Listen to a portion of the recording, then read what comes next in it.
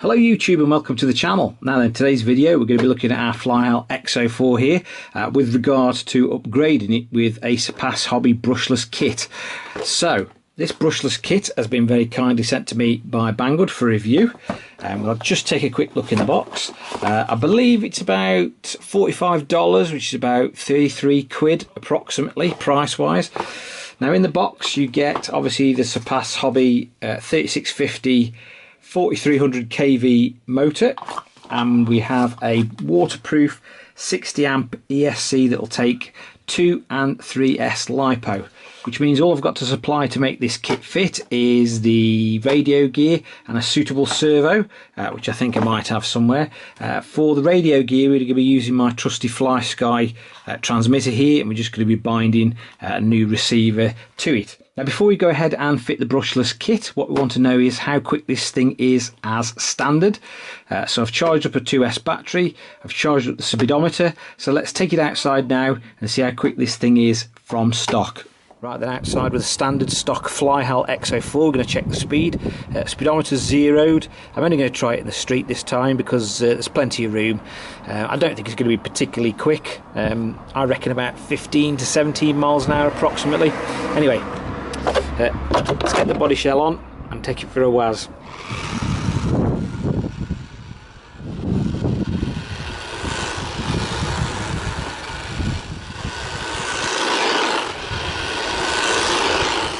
Okay, we've got a few runs up and down the street, and the stock speed for the Flyhal X04 is 17.5 miles an hour. That wasn't too far off. I don't think 17.5 miles an hour is too bad. I mean, it's slightly quicker than the Flyhal FC610 we tested a little while ago. We put the brushless kit in. So anyway, 17.5 miles an hour to beat. First job is to remove all the electronics, the servo, the ESC and the receiver combo, and remove the motor, remove the pinion off the motor, and basically replace with our brushless electronics. So anyway, enough waffle, let's get to it.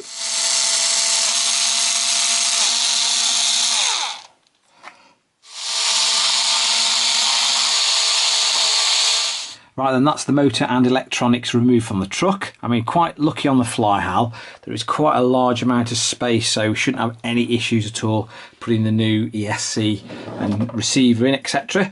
Now for my least favourite bit is trying to get the pinion off the old motor. I have got a pinion puller if the usual methods fail, but usually those grub screws are an absolute nightmare. But anyway, let's get into it. As is traditional with these builds, the grub screw on the pinion motor is Loctited solid. So what I'm going to try and do is use my little chef's burner to heat it up and see if I can't melt that Loctite that's holding us back. Okay, that bit of heat has had the desired effect and I'm able to unscrew the grub screw. If you haven't already and you're thinking about doing some of these builds, I would heartily recommend that you get one of these. It makes getting these little grub screws out a damn sight easier. Well then, even with the grub screw removed, this thing put up a hell of a fight. It must have been glued on there, or it's a very, very tight fit on the shaft. I had to, in the end, get the burner on it. I couldn't get my little pinion puller round it for some reason because this is slightly too big. But in the end I had to get the burner on it, get it red hot, and then sort of lever it off with a pair of pliers, trying not to mark any of the teeth. But anyway, it's off. That's why I'm having to hold it in a piece of tissue because it's still red hot. Anyway, it's off. So what we'll do now is see if it'll go on the shaft of our brushless motor. So now we've got our old motor mount and pinion attached to the new motor. I've Loctited the two pins on, by the way, and Loctited the little grub screw on.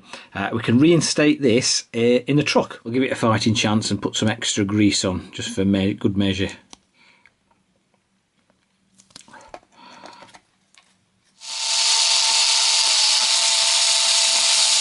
Right then, I've reinstated the motor in the car. The gears seem to be meshing okay. I've put the little plastic cover back on. Next question is, where are we going to mount our new electronics? Well, I think I'm going to reuse this little handy dandy plate that comes with the original receiver ESC, and it literally just bolts in the chassis here. This was attached to the old ESC, by the way, and we're going to mount our new ESC to it And if I take you around here, I think there's just enough room at the front where we can mount the new Flysky receiver as well. So, happy days. This is turning out to be fairly straightforward. 3 weeks later. What was I saying about this build being fairly straightforward? Unfortunately, on the X04 and the XLF, etc., it's got an unusual size of servo. So unfortunately, I've had to order one. It's taken about 2-3 weeks to turn up.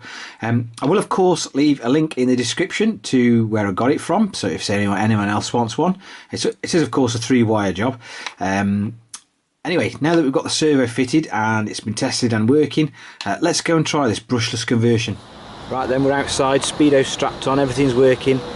Let's see how fast this thing can go.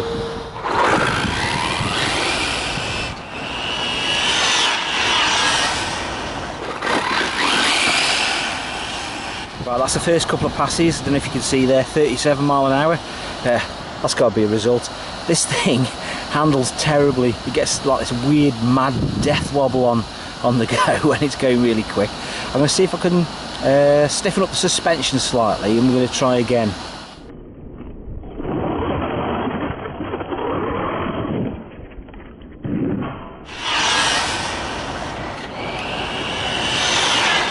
Right then, I think I'm going to have to accept 37 mile an hour. That's pretty much all I can get out of it. And also, I think the rear diffs let go. Have a listen to this. Oopsie. I think the only problem with modifying some of these little Chinese trucks is it's probably only so much they can take.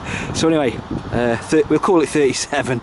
Right then, back inside. Now, before we go into the ins and outs of the Surpass Hobby kit, what I'm going to do is we're going to find out what went wrong. So we're going to go ahead and dissect this and see what let go. Right, here we have the two culprits, the ring gear on the diff and this little bevel gear on the end of this gear shaft here. They're both worn. There's actually a couple of teeth, you probably can't tell on the video, but there's actually a couple of teeth missing off this ring gear. So these two are the bits that have let go. I have got another diff. I've got a spare diff for this, but unfortunately I don't have one of these spare gears, so I'm going to have to go and get one.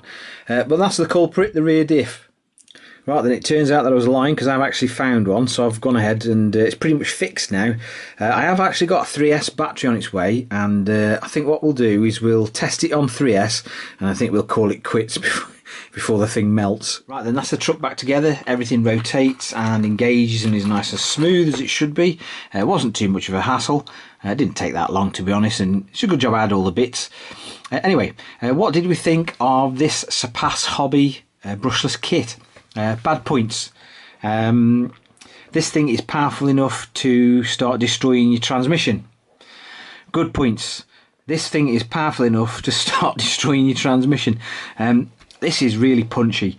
I would say that this particular motor here, it feels a lot punchier and a lot more powerful than the one I stuck in the FC610, which I find very strange because they're both made by the same people. They're both the same ampage of ESC, and this one is actually 200 kV less than the one I stuck in the FC610. So I'm not sure what's going on there, but this is definitely quicker.